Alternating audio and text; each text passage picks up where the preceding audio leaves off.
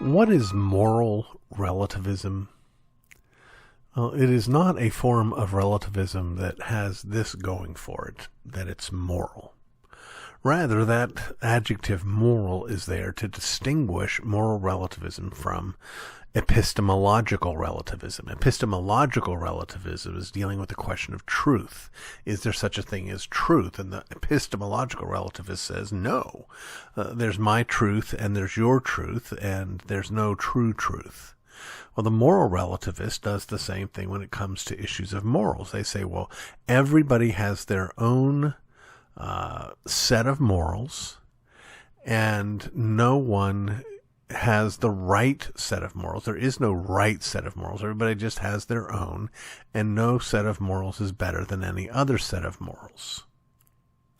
This language of moral relativism, though it's a little bit less obtuse than epistemological relativism, is sort of philosophical language for just a very, very common, virtually universally held perspective here in Western culture. Almost everybody believes that I have my right and wrong, you have your right and wrong, and neither of our rights and wrongs are right or wrong. They're just ours.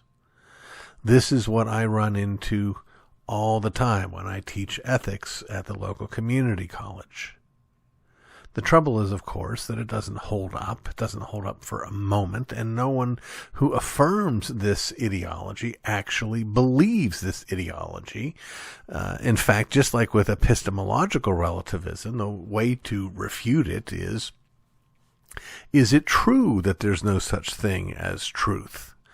If I'm affirming, hey, you can have your truth and I can have my truth, and they can contradict and they can both be right and no one can say anything, blah, blah, blah, blah, blah, you're making a truth claim.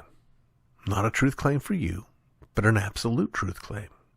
You're making an absolute truth claim that all truths are relative, which is nonsense. In the same way, when you embrace moral relativism, you're stuck with the same problem, because what you're saying is not only that everybody has their own sense of right and wrong, but that it's wrong for anyone to say that their sense of right and wrong is right, and someone else's sense of right and wrong is wrong.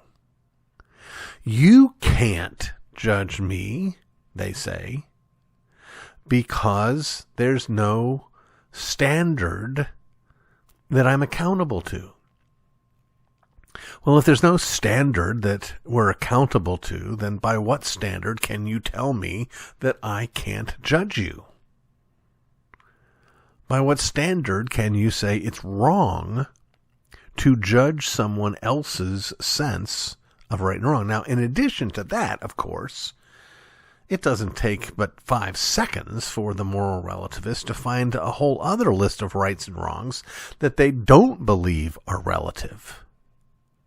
If I say to the relativist, well, to you it may be wrong to destroy Mother Earth and leave a massive carbon footprint and burn a big hole in the ozone layer and melt all the icebergs and just trash planet Earth, but to me those are all good things, and we can't really say that you're right and I'm wrong. Right?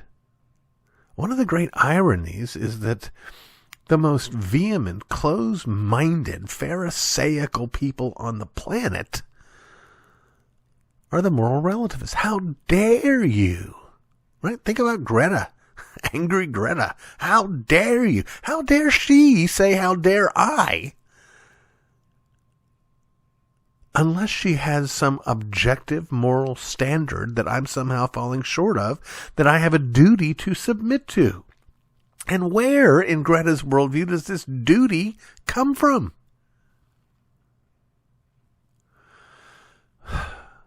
Moral relativism is backwards, stupid, indefensible, wrong, and wicked. But it is popular because its value comes in this. If there's no right and wrong, then no one can say that what I'm doing is wrong.